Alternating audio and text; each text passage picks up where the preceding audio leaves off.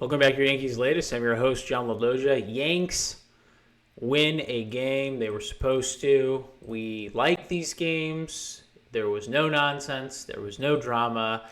There was never a doubt. They crushed the Orioles 7-0, and this is what this team has to do going down the stretch. If they want the number one wild card spot, and it's not out of the realm of possibility, and we'll get to that in the AL East standings, if they want to win the AL East, they have a 4-game set against Baltimore and then a 3-game set against the Sox, and they took care of business tonight. They just did. They took care of business, beating a bad Orioles team that has imploded, has fired their manager, shipped a lot of their players away. What a fall from grace that the Orioles have had, what they were in 2022 or even 2 years ago. They were great. Everyone was on point. Starting pitching, defense, just a really, really good game from this team. A clean game, no errors from the Yankees, which is something. It's so weird. Like, you look at the box score, you go, oh, runs, hits, but errors for this team, for the Yankees, is something that I watch very, very closely right now for obvious reasons. But they really took care of business. Fried was incredible. We'll get to that in a second. But Rosario hits a 2-run double to make the game 2-0 in the first. Fried is just absolutely mowing down people. It's not even close. And they score runs without the home run. Austin Wells gets an RBI single. Goldie hits ropes a base hit down the right field line. Judge hits a sacrifice fly. Stanton crushes a 2-run double, rips it down the left field line, and frankly, it wasn't close. This was a very secure win. No drama, which all Yankee fans will tell you we need a break, and they limited the Orioles to 3 hits, so they really took care of business. And limiting the Orioles 3 hits, that goes back to Fried. Max Fried was absolutely incredible tonight. I know it's not a very good team, but you want this momentum going into the playoffs, and you really want him to look like this. He's 18-5, 7 innings, 0 earned runs, 1 walk, 3 hits, 13 strikeouts, 13 Ks for Fried.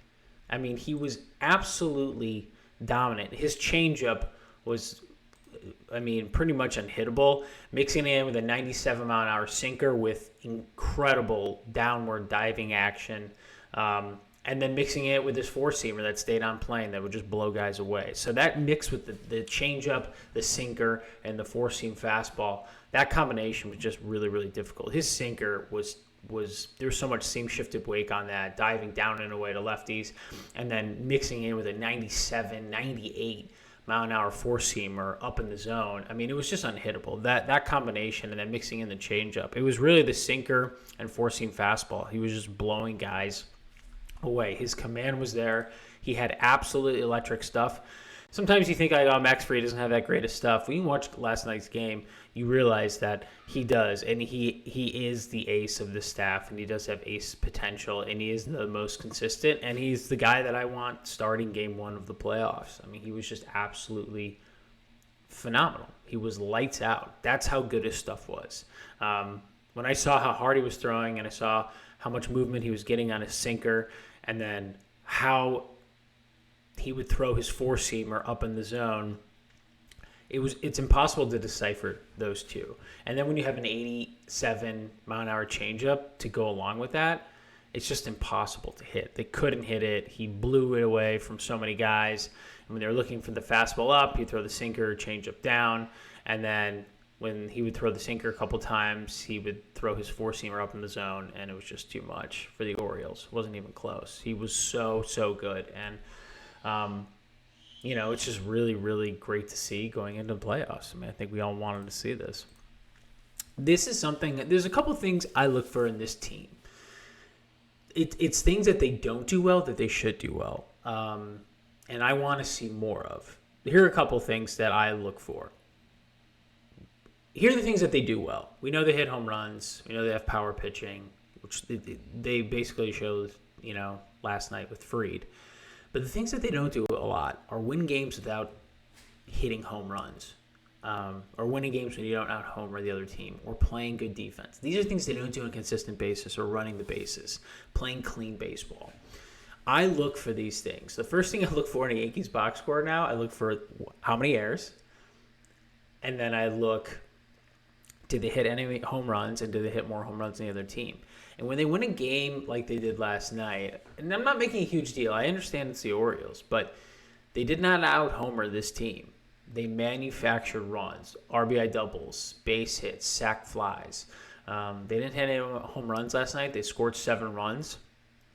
7 runs is pretty good without hitting a home run. I mean, obviously, Fried was shoved and they couldn't get anything off him. But finding runs, manufacturing runs without the homer is so important for this team, because there's going to be times and situations in the playoffs where you're going to face elite pitching, and they are not going to allow you to hit home runs. Other stuff is just going to be too good to be able to hit it out of the ballpark, and you're going to have to shoot it the other way. You're going to have to fist it and fight it off to right field.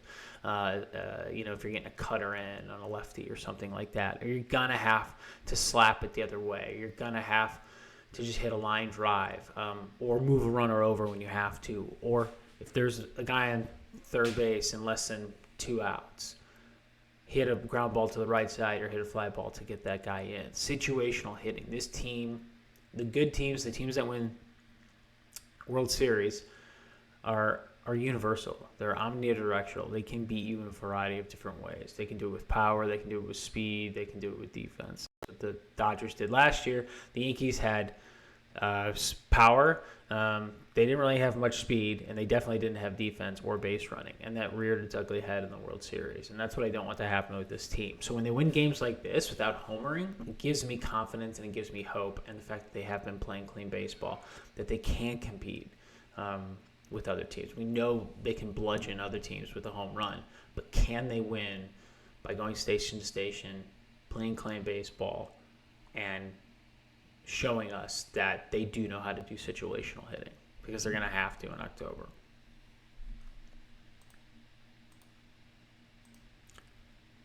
All right. Last but not least, I'm looking at the standings, and so I get it. There's 9, 10 games left or something? There's not many games left.